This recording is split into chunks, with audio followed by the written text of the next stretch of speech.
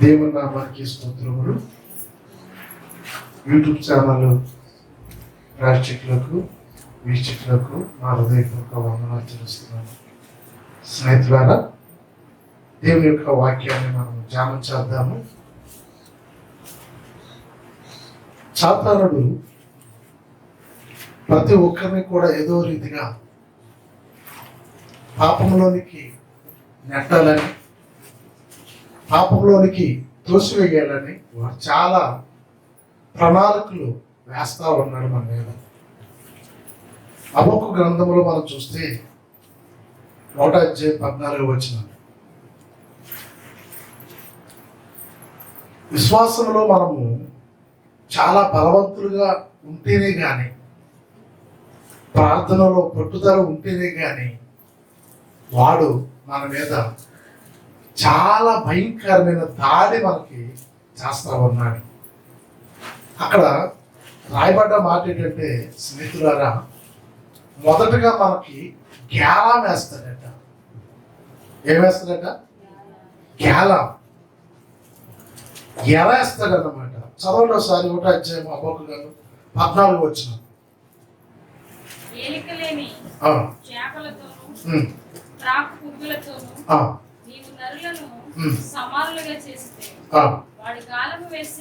వాడు గాలము వేసి మానవుల అందరిని గురించి గుచ్చి లాగుతున్నాడట. స్టార్టింగ్ లో చదవబడ్డ మాట మీరు గమనించాలి. వాడు ప్రభు చెప్తున్నాడు, వాడు ఏం చేస్తున్నాడట? మానవుల అందరినీ కూడా గ్యాలం వేసి, గ్యాలం తెలుసా? గ్యాలం తెలుసు కదా, చాలా మంది చేపలు పెట్టి గ్యాలం. ఆ గ్యాలం చివరిని ఏముంటది? ముళ్ళు ఉంటుంది. దాన్నే గ్యాలం అంటారు. ముళ్ళు ఉంటేనే గ్యాలం. ఆ గ్యాలంకి చివరిని ఏముంటది? ఎర ఉంటుంది. చేపలు పట్టేవాడు ఏ వేస్తాడు? గ్యాలంకి ఎరేస్తాడు. ఎరేసి ఆ గ్యాల ముళ్ళు కనిపించకుండా ఎరగుచ్చి ఆ నీటిలో వదులుతాడు. ఈ చేప ఆ ఎర అనుకుని, అది ఆహారం అనుకుని పట్టగానే ఏమవుతుందట? ఆ ముళ్ళు గుచ్చుకుంటుందట. గుచ్చి లాగుతున్నాడు అంటున్నాడు. ఈ లోకంలో మనం జీవిస్తున్న మనకి అనేక రకమైన ఎరేస్తా ఉన్నాడు సాతానుడు. మనలను ఎక్కడ మోసపోతామో, ఏ విషయంలో బలహీనులమో, ఒక్కొక్కరు ఒక్కొక్క విషయంలో బలహీనులు, ఒక్కొక్కరు ఒక్కొక్క విషయంలో బలవంతులుగా ఉంటారు. కొందరు ధన విషయంలో బలంగా నిలబడితే, కొందరు స్త్రీ విషయంలో బలహీనులు అవుతారు. ఒక్కొక్కరు ఒక్కొక్క సందర్భంలో బలహీనులు అవుతారు. కాబట్టి ఆ మనిషికి ఏ విషయమో బలహీనమైందో వాడు అనగా సాతానుడు గుర్తించి మనకేం చేస్తాడట? ఎరైసిరుతా ఉన్నాడట. ఇక్కడ మానవులను మభ్య చేసి, మాయ చేసి, పాపంలోనికి పడవేయడానికి 3 ఆయుధాలని వాడుతున్నాడు. హబక్కూ గ్రంథంలో 3 ఆయుధాలని అక్కడ విసురుతున్నాడు మనుషుల మీద. ఈ 3 ఆయుధాల నుంచి కూడా మనం తప్పించుకుంటే నరకానికి వెళ్లకుండా దేవుని వారసులుగా మనం ఉండగలుగుతాం. మొదటి వాడు వాడిన ఆయుధం ఏంటంటే గ్యాలము. అది అసలు పైకి గ్యాలము కింద కనిపించదు. చేపకి పైకి కనిపించదల్లా ఏంటంట? ఎరే కనిపిస్తుంది. ప్రియమైన స్నేహితులారా, మిత్రులారా, దేవుని యొక్క మాటను గుర్తించండి. సాధారణుడు మనకు భ్రమపరుస్తూ ఉంటాడు అనేక చెడ్డ విషయాల్లో. అది గొప్ప మేలు కింద కనిపిస్తుంది.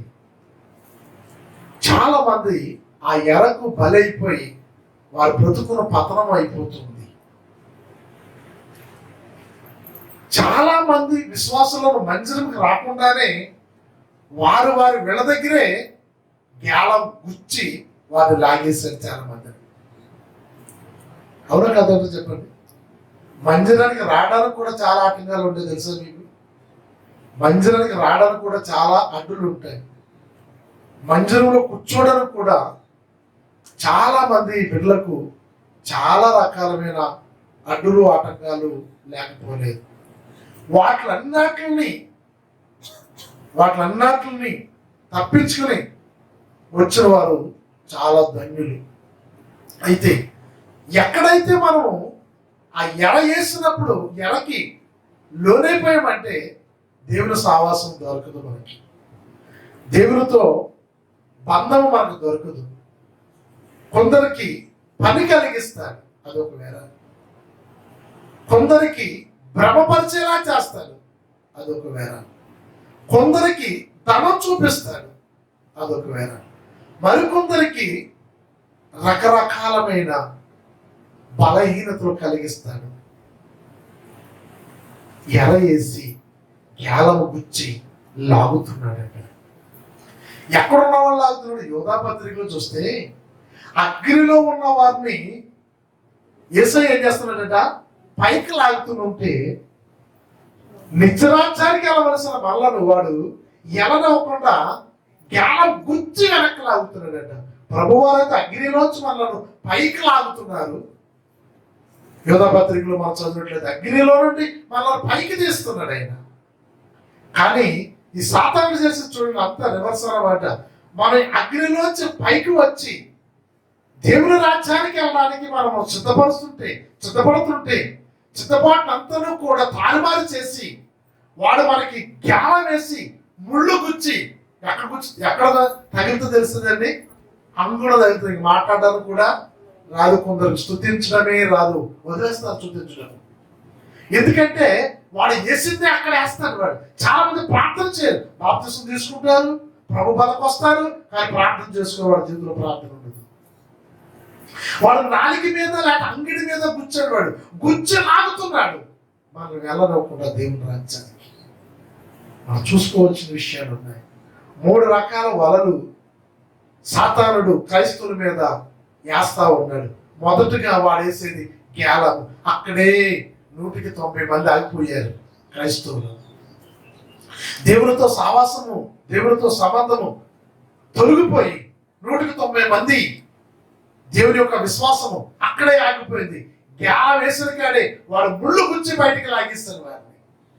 దేవుని రాజ్యానికి వారసులు కావలసిన వారిని, దేవుని రాజ్యంతో సమానకు సంపాదించుకోవాల్సిన వారిని ముళ్ళు గుచ్చి వారికి కావలసిన వెరేసి యేసుప్రభు 40 రోజులు రాత్రులు పగలు నీళ్లు ఆహారం తినకుండా ఉపవాసం ఉండి ప్రార్థన చేసినది ఎరవేసింది. ఏమందో తెలుసా? నీవు నాకు మొక్కినట్లయితే ఈ సర్వ సృష్టిని నిన్నే దేవునిగా నేను మార్చేస్తాను. తెల్లారిపోతుంది ఈ సృష్టికి అంతా నీవే దేవుడు అని నేను నిన్ను ప్రకటిస్తాను దేవుడి కింద, నువ్వు నా కాళ్ళు మొక్కు అని ప్రభు దగ్గరికి వచ్చి మాట్లాడుతుంది ఈ సాతాను. ప్రభు అంటే తెలుసా? ప్రభువు నీవు శోధించరాదని రాయబడి ఉందని తెలీదా? అంటే ఎవరిని శోధిస్తుందట? ప్రభువును శోధిస్తుంది. ప్రభువును శోధించరాదని రాయబడిందని తెలీదా? అనగానే అక్కడి నుంచి వాడు పారిపోతాడు. వాడు నిన్ను శోధించడానికి వచ్చినప్పుడు, వాడు నిన్ను ఎరవేసినప్పుడు నువ్వు గుర్తించాలి, నన్ను నువ్వు శోధించడానికి, నన్ను నువ్వు పరీక్షించడానికి నువ్వు ఎర కల్పించావు, ఈ పని కలిగించావు. చాలా సార్లు బాధ కలుగుతుంటుంది. అమ్మా నువ్వు మంచిదానికి ఎందుకు రాలేకపోయావంటే వాడు చెప్పే సాకులు చిన్న చిన్న చాకులు చెప్తారు. ఒకటే చెప్పాలి, నువ్వు మంచిదానికి రాలేకపోయావంటే నీ కాలో నీ చెయ్యు పని చేయకపోతేనే రాలేకపోయినని చెప్పాలి తప్ప రెండోది ఏది కూడా ఎరవేసి గేలం గుచ్చి నిన్ను బయటికి లాగివేస్తా ఉంది. దేవుని రాజ్యంలో ఉండవలసిన వ్యక్తిని, దేవునితో సమానంగా ఉండవలసిన వ్యక్తిని గేలము గుచ్చి లోకములకు లాగివేస్తా ఉంది. గేలము వేసి లోకానికి పారవేస్తా ఉంది. నువ్వు ఏ రకమైన ఎరేసి నిన్ను ఆ ఎరకు పాలైపోతున్నావో గుర్తించవలసిన అవసరం ఈ వాక్యం ద్వారాగా నీకుంది. స్నేహితులారా, నువ్వు చూసుకోవాలి ఏ రకంగా నువ్వు బానిసైపోయావో, ఏ రకంగా సాతానుడికి ఎరవేశాడో, ఏ రకమైన జీవితానికి నువ్వు పాడు చేసుకుంటున్నావో ఈ రోజు నువ్వు పరీక్షించుకోలేకపోతే సాతానుడి చేతిలో ఉన్నావనే విషయమే నువ్వు మర్చిపోతావు. జాగ్రత్త, వాడి కేలము ఏసి గుచ్చి లాగేస్తున్నాడు దేవుని రాజ్యం నుంచి కిందకి. దేవుని సన్నిధి నుంచి నేను కిందకి లాగేస్తున్నాడు. రెండోది ఏంటంటే అక్కడ రెండోది వాడుతున్నాడు, చదవాలి. కేలము తర్వాత ఉచ్చి వేసాను. ఏం చేస్తున్నాడంట? ఉరులు. ఉరులు అనగా కింద ఏంటి? వాడు తన వలతో ఒకటి ఉరులు పోగుతారు. దాన్ని ఉరులు దేనికి వేస్తారంటే పక్షులు పట్టడానికి ఉరులు వేస్తారు. ఉరులు అది వలలాగా ఉంటది, పొలలా గుచ్చుతారు, ఉరి మొక్కుతారు. ఈ పాపము అక్కడ కొన్ని ఇత్తరములు చల్లేసి వెళ్ళిపోతాడు చెట్టు చోటికి. ఈ పక్షులు వచ్చి ఏం చేస్తాయంటే ఆ ఉరులకు అక్కడ ఆహారం ఉన్నదని ఆ ఉరుల యొద్దకి వెళ్ళి వాలి ఆ ఉరులో పాలు పెట్టుకుని అక్కడే కొట్టుమిట్లాడుతూ ఉంటుంది. ఒకటేమో గ్యాలము నుండి తప్పించుకుంటే, రెండోది ఏం వేస్తాడంట? ఉరి వడ్డుతున్నాడు, ఉరులు వడ్డుచున్నాడు. దానిలో నువ్వు చిక్కబడ్డావా, దానిలో నువ్వు పాలు పెట్టావా, నీ తరం కాదు ఇంకా. అందుకనే మహాభక్తుడైన దావీదు మొదటి కీర్తనలో ఒక మాట చెప్తాడు. అక్కడ మొదటి కీర్తన మొదటి వచ్చిన చదవండి. నిలవక, నడవక, కూర్చుండక. మూడు సందర్భాలు. ఈ మూడాట్లకి మూడు సందర్భాలు. ఒకటి ఏంటంట? నిలవక, రెండోది నడవక, కూర్చుండక. నిలిసేవా, నువ్వు ఆగేవా? వాడు పిలిచేది కదా, వాడు పిలిచేది కదా నువ్వు ఆగేవా? కేలా వేస్తాడు. అక్కడ ఉరుబడి ఉందని నువ్వు నిలిసేవా, నీ పాలు చిక్కబడుతుంది. కూర్చున్నావా, మూడోది ఏంటంట? వల వేస్తాడు. వల ఎవరి మీదకి వేస్తారు తెలుసా? వల ఎవరి మీదకి వేస్తారు? చేపలన్నీ ఒకే దిక్కిన అది గుంపుగా కూడి, అందుకని అపవాసులు కూర్చున్న చోట నీవు కూర్చుండక వల వేస్తారు. కూర్చుంటే అర్థమవుతుందా నా మాటలు మీకు? కూర్చుంటే వల వేస్తారు. వల వేసేది ఏ సందర్భంలో వేస్తాడు? అనేకమైన చేపలు కనిపించాలి, గుంపు కనిపించాలి. ఆ గుంపు వెళ్తున్న సందర్భం చూసి ఇతడు ఏం చేస్తాడంటే చక్కగా గుంపు మీద వల విసురుతాడు అనమాట. మూడు విషయాలు మనకు కనపడుతున్నాయి. ఒకటి అక్కడ గాలము వేసి గుచ్చి నిన్ను లాగి వేస్తా ఉన్నాడు. రెండోది ఉరులు పట్టుచున్నాడు. మూడోది వలలు వేస్తున్నాడు సాతాను. నా ప్రియమైన స్నేహితులారా, ఈ మూడు వాటిలో నువ్వు చిక్కబడవద్దని హబక్కు ప్రవక్త చెప్తూ ఉన్నాడు ఇశ్రాయేలు ప్రజలకు. నీవు జ్ఞానానికి నువ్వు చిక్కబడుతున్నావు. జ్ఞానము నిన్ను నీ అంగిటి వేసి వాడు లాగుతూ ఉన్నాడు నిన్ను. ఒకసారి మనము కీర్తన గ్రంథం చదివితే మనకు కనపడుతుంది. మూడు విషయాలు అక్కడ మనకు కనపడుతుంది. మొదటి కీర్తన చదవండి, చూడండి. నడవక, నిలవక, కూర్చుండక. మూడు విషయాలు చెప్తున్నాడు ఇక్కడ. సావాసం చూసుకోమని. ఒకటేంట నడవక, నిలవక. నిలిసేవా, నీ కాలు ఉచ్చులో పడుతుంది. ఉరులు వడ్డీ ఉన్నాయి. ఉచ్చు అంటారు, అది మన స్పష్టమైన తెలుగులో ఉచ్చు అంటారు. ఉరులు వడ్డీ ఉన్నాయి. ఉరులు వడ్డీకి అంటే ఏం చేయకూడదు? నిలవకూడదు. నడుస్తున్నావా, వారితో జాగ్రత్త. నిలుస్తున్నావా, జాగ్రత్త. కూర్చున్నావేమో లోక సంబంధమైన వ్యక్తులతో, కూర్చుంటున్నావేమో కూర్చోవగా సావాసము, లోకంతో సావాసము, లోక మనుషులతో సావాసము. కూర్చున్నప్పుడు ఏం చేస్తున్నారు? దొరికేరు వీళ్ళందరూ. కూర్చున్నప్పుడు ఏం చేస్తున్నాడు ఆయన? వల వేసాను. ఇంకా మూడోసారి నువ్వు దొరకకపోవు. అందుకనే భక్తుడు చెప్తున్నాడు, ఆ వాసులు కూర్చున్న చోట నీవు కూర్చుండక. ఒకటి నడవక, రెండు నిలవక, కూర్చుండక. నీ యొక్క క్రైస్తవ జీవితము కొనసాగాలి తప్ప నడవరాని మనుషులతో నడుస్తూ, నిలవరాని మనుషులతో నిలుస్తూ, కూర్చుండరాని మనుషులతో కూర్చుంటూ నీ జీవితంలో సాతానుకు అప్పగించుకుంటున్నావు. నీకు నీవే ప్రభువుకు అర్పణ చేయవలసిన నీ జీవితాన్ని సాతానుడికి అప్పగించుకుంటున్నావు. కాబట్టి అలా అప్పగించుకున్న బ్రతుకు, అప్పగింపబడిన జీవితం ఎంత ఘోరాతి ఘోరంగా ఉంటుందో ఒక్కసారి మనం చూద్దాం. ప్రసంగి 7:26 సొలొమోను తను చూస్తున్న విషయాలు పరిశుద్ధాత్ముడు ప్రాణంతో రాయబడ్డది. ఏం కనబడుతుందంటే ఆయన మరణము కంటే ఎక్కువ దుఃఖము కలిగించుచున్నది ఒకటి కనపడుతుంది నాకు. అది ఎలాంటిదంటే అది వలలు వంటిది, ఊరుల వంటి మనసు. అంటే పురుషులకు స్త్రీలకు ఎక్కువగా పడిపోయేది స్త్రీ పురుషుల యొక్క సంబంధం, అక్రమ సంబంధం అని చెప్పచ్చు. ఆ వచనము దానికి అదే వర్తిస్తా ఉంది. ఏంటి వలలు, ఏంటి ఊరులు అంటే ఏమవుతుందట? సామెతల గ్రంథంలో మనకు చక్కగా చెప్పబడుతుంది. నా కుమారుడా, నా ఉపదేశం ఆలకించు, జార స్త్రీ జోలికి నీవు పోకము అంటాడు ఆయన. ఆ జీవితం మరణము కంటే ఘోరమైందట. ఆ విషయము తను ధ్యానం చేస్తుంటే సొలొమోను తన జీవితానికి భయంకరంగా అనిపించిందట. ఒకసారి చదువుతాం 26 వచనం. మరణము కంటే ఎక్కువ దుఃఖము కలిగిస్తుందంట ఆ విషయం. అది ఆయనకి ఏం చేస్తుందట? కనిపించిందంట. మరణము కంటే ఎక్కువ దుఃఖము కలిగేది ఒకటి ఆయనకి కనిపించిందంట. నిజంగా మరణిస్తాం, ఎలా పోతుంది ప్రాణం అంటారు. మరణించే ఎప్పుడు కన్నా దుఃఖము ఏ మనుషులు కూడా ఆ దుఃఖము ఎవరికి కూడా అంత బాధ ఎవరికి ఉండదట. కానీ అది ప్రతి మనిషికి వస్తుంది. కానీ ఆ దుఃఖం ఎలా ఉంటుందో బయట వాళ్ళు చెప్పడానికి చెప్తారనుకోదు, ప్రాణం పోతుంది. హల్లెలూయా. అందుకే నేను అంటాడు మరణము సహించినంత ఆయన సహించనంటాడు. అంటే మరణించేటప్పుడు మన అవయవాలు ఎలా కొట్టుకుంటాయో చాలా భయంకరంగా కొట్టుకుంటాయట.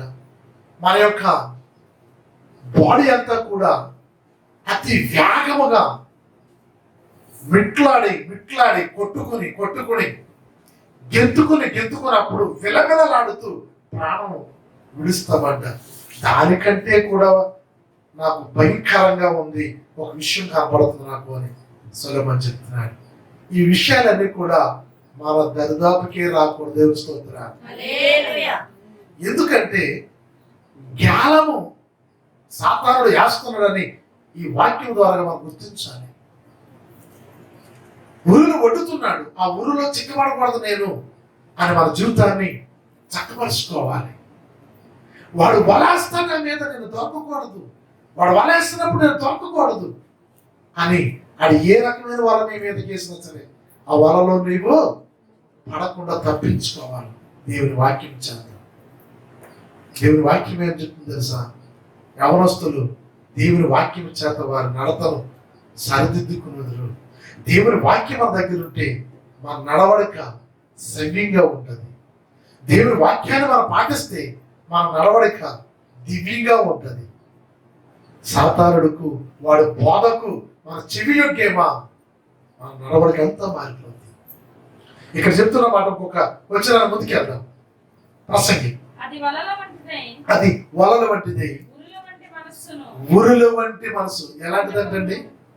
ఉరుల వంటి మనసు. చదువు. దేవుని దృష్టికి మంచివారైన వారు దాన్ని తప్పించుకొందురు గాని తప్పించుకుందరు గాని పాపాత్ములు దాని వల్ల పట్టబడుదురు.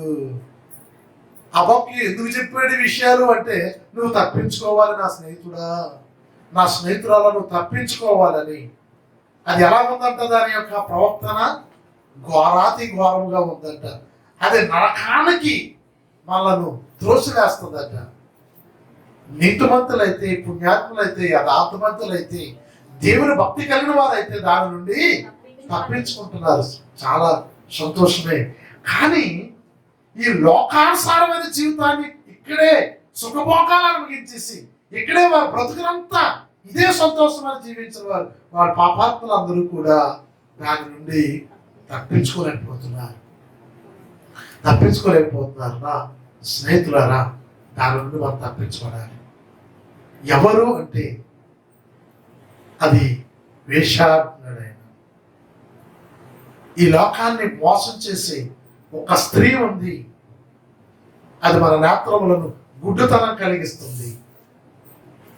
అది ఈ లోకాన్ని వేలుతుంది. అది నీతిమంతులుగా జీవించాలి. నీతిమంతులు అయితే తప్పించబడుతున్నారు. ఎవరు తప్పించబడుతున్నారు? నీతిమంతులు అయితే తప్పించబడుతున్నారు. మనం నీతిగా జీవించాలి. ఆ నీతిమంతుని వెంబడించాలి. నీతి కార్యాలు జరిగించాలి. నీతిని యావత్తునూ మనము జరిగించాలి. అలా ఎప్పుడైతే జరిగించేమో ఆ వల నుండి, ఆ గ్యాలం నుండి, ఆ ఊరు నుండి మనము తప్పించుకోగలుగుతాం. తప్పించుకుంటున్నావా? దేవుడు సంతోషిస్తాడు. తప్పించుకోలేకపోతే నిన్ను గురించి దేవుడు ఏడుస్తా ఉన్నాడు, దుఃఖిస్తా ఉన్నాడు. ఎందుకంటే ఎన్నో సార్లు నేను హెచ్చరించాను, ఎన్నో మారు నిన్ను గద్దించాను, ఎన్నో వాక్యముల చేత నిన్ను బోధించాను. నా మాటకి నువ్వు చెవి ఒక్కలేదు. నీ తల్లి ఉపదేశమును, నీ తండ్రి ఉపదేశమును నీవు మరువకము అంటున్నాడు దేవుని యొక్క వాక్యములో. ఏంటి తల్లి? ఆయన ఒక తల్లిలా నీకు చెప్తున్నాడు. ఆయన ఒక తండ్రిలా నీకు చెప్తున్నాడు. ఆయన చెప్తున్న ఉపదేశాన్ని నువ్వు త్రోసివేసేసి నీ ఇష్టానుసారంగా జీవిస్తున్నావేమో. ఈ రోజునే ఇప్పుడే నువ్వు ప్రభు వైపు తిరుగు. ఆ వల నుండి తప్పింపబడతావు. నీతిమంతుడుగా, నీతిమంతురాలుగా తీర్చబడతావు. దేవుడు నిన్ను దీవించును గాక. ఆమేన్. ఆమేన్. చిన్న ప్రార్థన చేసుకుందాం. సర్వశక్తిమంతుడు మా తండ్రి, ఈ లోక సంబంధమైన సాతానుడు వాడి జ్ఞానం నుండి, వాడు ఉరుల నుండి, వాడు చేస్తున్న వలల నుండి మమ్మల్ని తప్పించి నీతిమంతులుగా మమ్మల్ని తయారు చేయమని, ఎవరయ్యా తప్పించుకోగలిగేవారని చెప్తున్నదంటే నీతిమంతుని తప్పించుకోగలరు. అయ్యా ఈ రోజునే మాతో మాట్లాడి నీతిమంతులుగా మమ్మలను తయారు చేయమని, సాతానుడు వల నుండి మమ్మలను తప్పించి ఇతర రాజ్యములకు వారసులుగా చేయమని మా ప్రభు రక్షకుడు యేసుక్రీస్తు నామమున ప్రార్థన చేస్తున్నాం ప్రభు తండ్రి. ఆమేన్. ఆమేన్. ఆమేన్. మీ అందరికీ వందనాలు. దేవుడు మిమ్మల్ని దీవించును గాక.